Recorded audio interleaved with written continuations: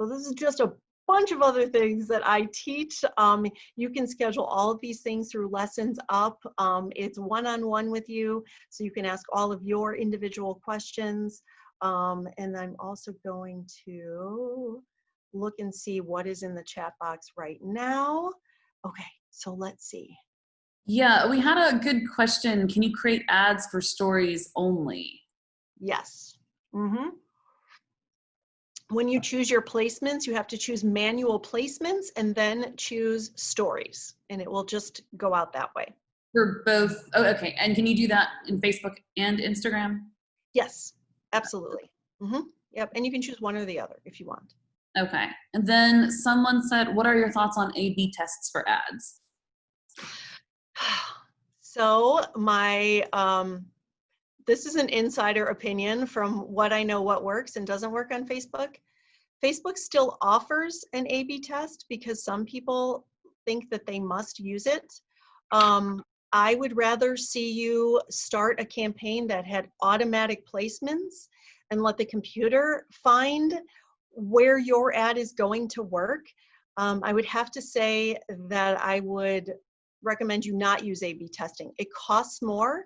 And most of the time, there's not a clear winner nowadays because the computer is going to find the right person. No matter if you have two different graphics, it's going to find who's responding the best.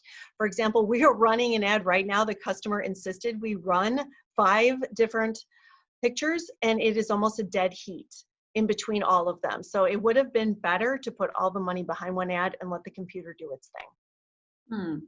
Okay, next question. What if I don't have a website? I sell products on marketplaces. If the link directs them to the marketplace like Amazon, Etsy, or eBay, will the ads be effective? Yes, they will be. You can absolutely send them right to your buying page on one of the buying platforms.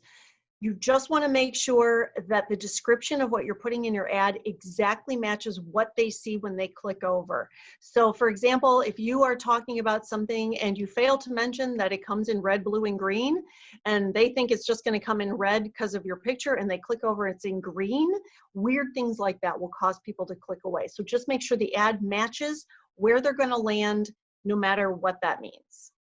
What's the difference between reach versus brand awareness? Not very much.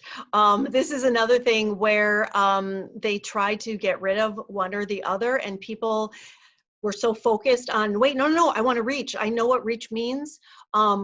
Brand awareness is just going to be a little bit more of people that have mentioned a product something like yours that might be the same sort of branding. But quite honestly, you can choose either of those and they're both going to put it in front of as many people as possible. If you had to choose one or the other, reach will put it in front of slightly more people. What is more cost effective, using lead gen ads or click ads to direct people to a sign up page on a website? That is an excellent question because lead gen ads cost a lot more. What you have to remember when you're putting your budget in here is that you are bidding against every other person literally in the world who wants to reach that exact same person. The nice thing about Facebook is it has so many platforms that it can reach that it's usually pretty inexpensive, but lead gen absolutely costs more because if you think about it, the computer's got to take everyone you want to reach and just pull out those few people who are most likely to give you their name and email. And there's a lot of people who won't do that. So what I would recommend is try it first. If you have a very good landing page that you know converts really well, if you send people there and they buy stuff, try that first and it should work for you. If for some reason it isn't, then give the lead gen a try. It's going to cost you probably 2 to 3 times as much for bids though, in order to move to lead gen. Any advice on getting more engagement for organic social? We're working hard, but don't have much luck. Having only 20 to 30 likes and a couple comments a day feels a bit sad. Yeah, and that's because of Facebook's algorithm. It's just not going to show your ad to more people than that. But here's some tips I will give you. These are some ways that you can increase your engagement on organic posts. The first one is to ask a question in your post. People are creatures of habit, and if you get asked a question in your head, you answer that question, right? Like even if you don't type it, you're like, yeah, I like that. So that will encourage people to write something down. Run a contest where if they share it with somebody, they get entered into a contest that'll get things shared for you. When people comment, go in and like what they commented as your business, or comment to their comment. Another great thing is to tag people or other businesses in your post, because then Facebook will tell them in their notifications, hey, Joe's Garage just tagged you in a post. So that's another way to do it. So there are some ways you can do it, but I will tell you it's an uphill battle. You really should look at your organic posts as building out a great platform and offering good content that people will likely click over through your paid posts. Mm. That's a great answer. Is it better to create an ad from an existing post or create a new one?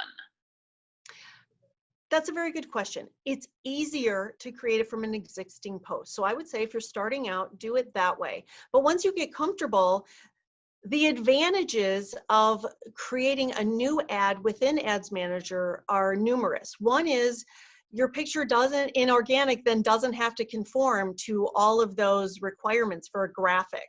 So you can use a different graphic. You know, one in organic can be heavier text. The one that goes into paid has to be less text. Another really big advantage is if you're using a post that's already up and you accidentally go into that organic post and make a change, it automatically stops your paid campaign and puts it back into approval mode. So that is something that you should know as well. So I would say once you're comfortable, move over to creating the ads within Ads Manager. Okay. Results wise, what's the difference between having a high daily budget and a low daily budget? Does it limit the number of reach, or do they target the less relevant people? Is it better to create a campaign from scratch or boost post?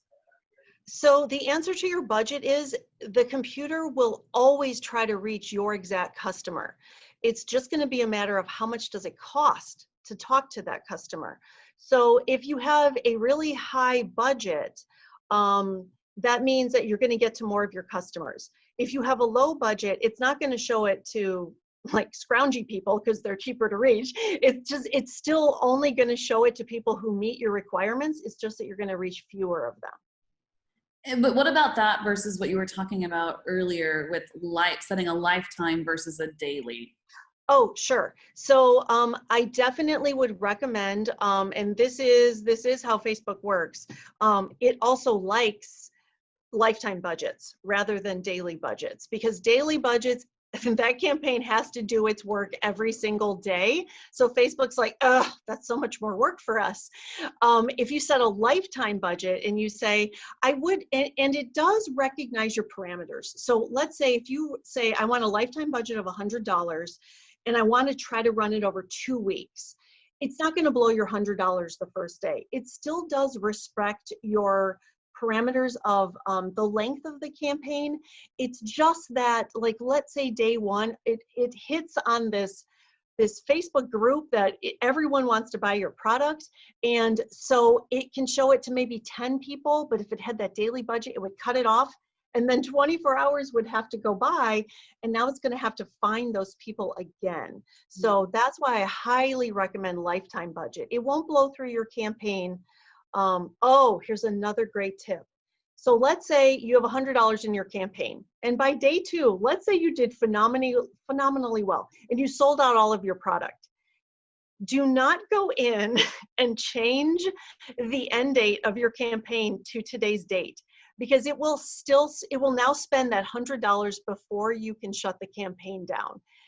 If you want to stop, the best way to do it is to put the campaign on pause until after the end date and then unpause it. Because if you shorten up that time, it's going to spend that money really, really fast. It's not going to just stop showing it to people. So that is a very big thing that you should know.